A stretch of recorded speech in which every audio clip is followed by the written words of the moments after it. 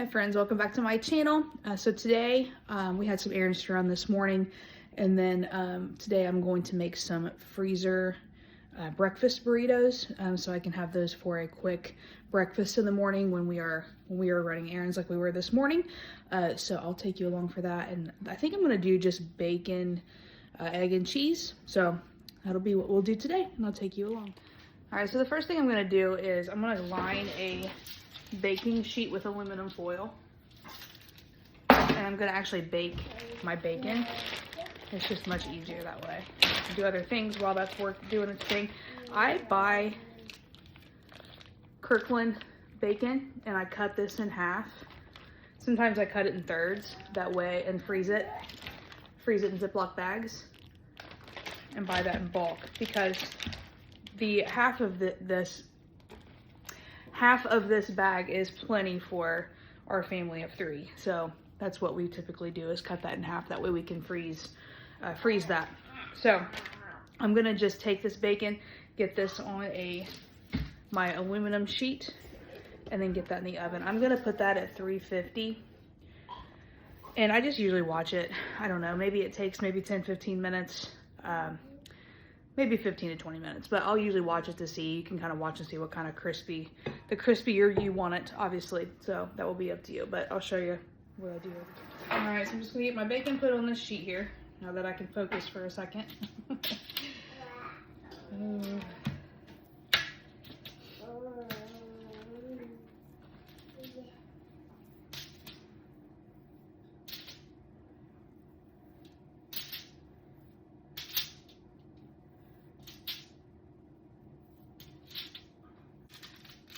All right, so I'm gonna bake this, like I said, about 15-20 minutes.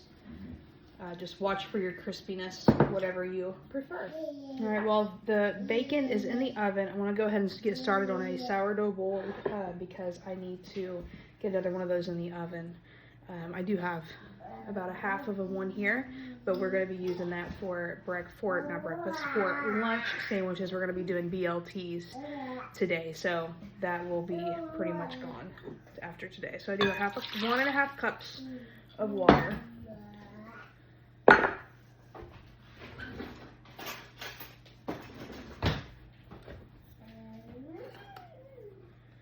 cup of sourdough starter.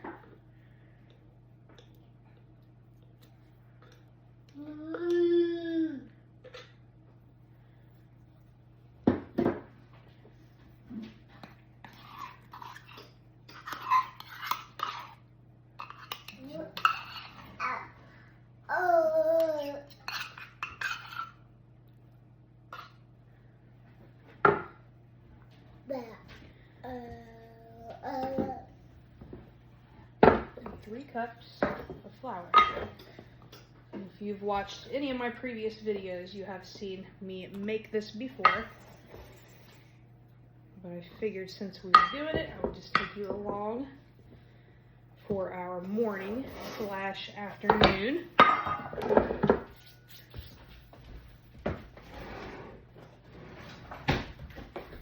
Just mix this up. And again, if you watch, you'll know that this will look shaggy, or if you make sourdough. And I do not measure with a scale. This works for me and has for a while now, so this is what I roll with. Get this covered, let this sit for half an hour, and then I'll add salt. So I need to feed my sourdough. I think I'm going to change out the jar because it's getting a little bit crusty around the rim, so I'm going to change the jar out. All right, I have my clean wet jar here. I have 2 of these. That way I can alternate back and forth when I want to use a clean jar. There's no specific time that I do this, just when I feel like it needs it. Just by watching what the rim looks like. I feel like it needs a clean jar, which is usually, I would say, probably every couple weeks. I know some people do it every day. Some people do it every few months, but usually every 2 weeks for me seems pretty like a pretty good cycle.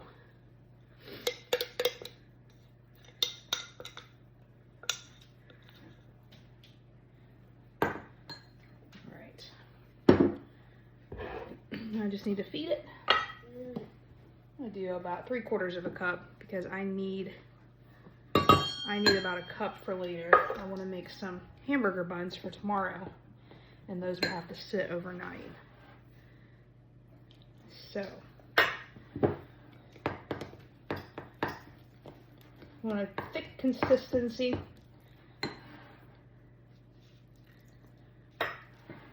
I just eyeball this process.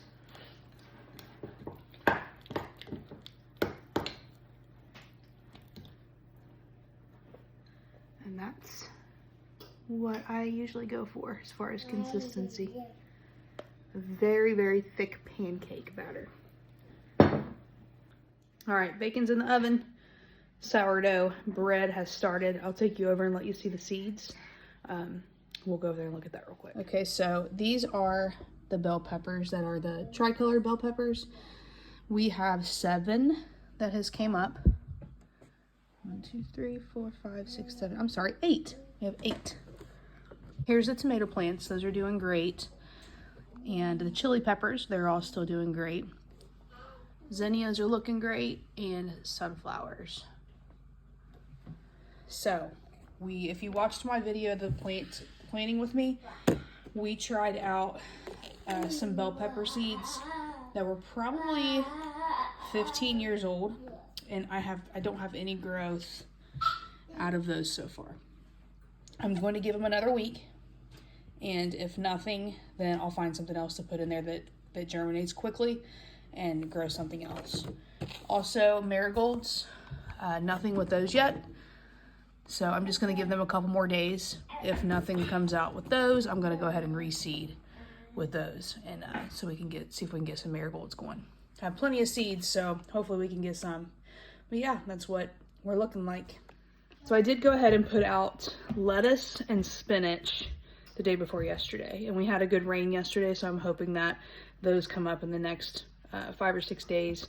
So I put those in a raised bed that's next to the house, next to the herb garden, and I can show you where I put that real quick, but that way it's easy access for us because we do go through a lot of spinach and a lot of lettuce. So I'll show you where I put those. Right here's my herb garden, and then right here is a raised bed, and right here is where I put half of it is lettuce and half of it is spinach. So hopefully that will come up and do well there. If not, I have a couple other spots that I plan on putting it to. So I was reading where you can put spinach and lettuce in with like your tomato plants and your corn. So I'll probably plug some of that stuff in as well in our raised beds that we just put in, that we had put in like last week. So if you didn't see that video, go back and look at that. We had some raised beds put in, but I'll probably put that in as well because spinach you can freeze.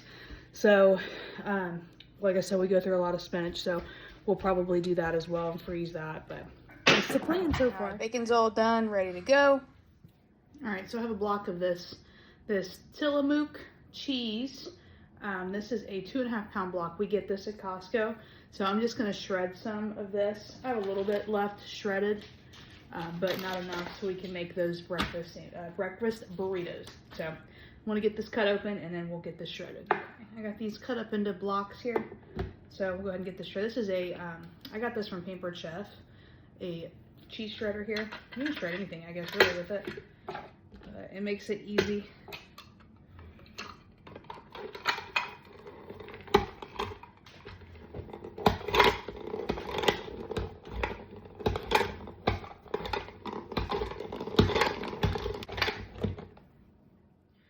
All right, so this is all I'm gonna shred right now. I'm gonna put this back in the refrigerator. I'm gonna wrap it up really well.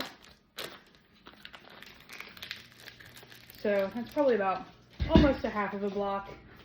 Not quite, but.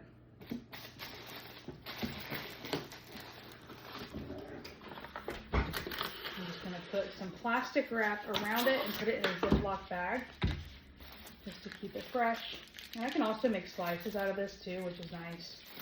It lasts us for a good bit.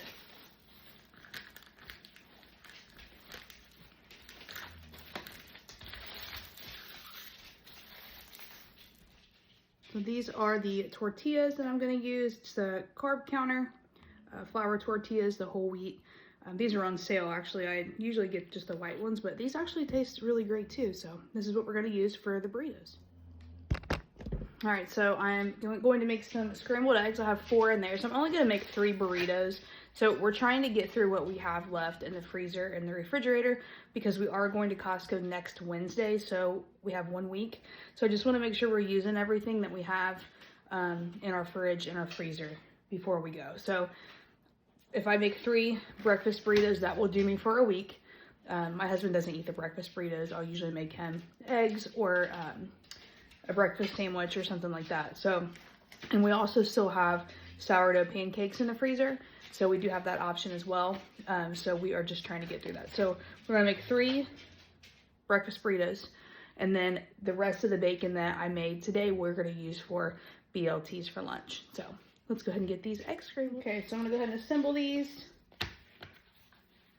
Just gonna do 2 pieces of bacon.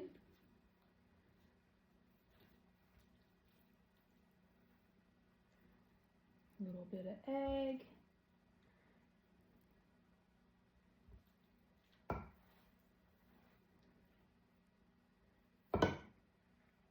Some cheese.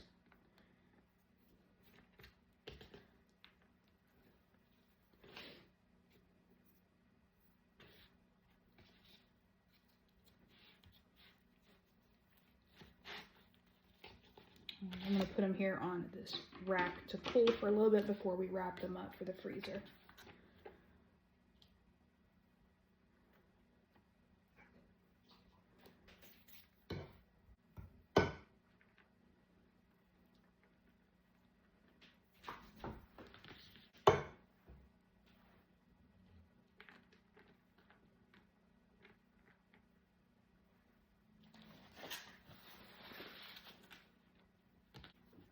Okay, and I will let those cool here, and then once they cool, I'll wrap those up. I'll probably put them in some parchment paper and then put them in a Ziploc freezer bag. So there they are. Quick, simple breakfast. Okay, so they've cooled a little bit now. I'm just gonna wrap them in some parchment paper.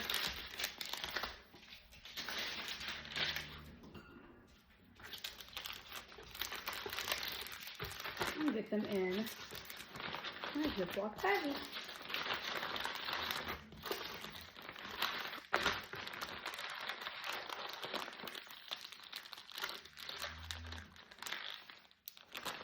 Okay, so sun's down for a nap, so now I'm going to go change the bedding on our bed, and I'll take you along for that as well.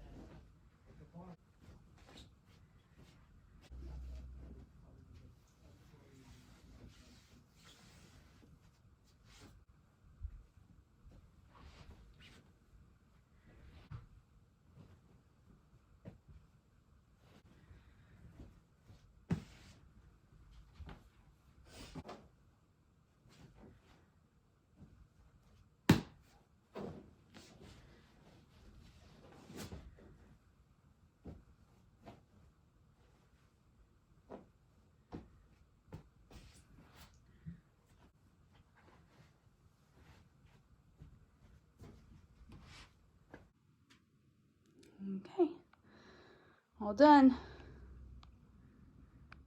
Okay, so I just brought my blankets and sheets in here from the bedroom.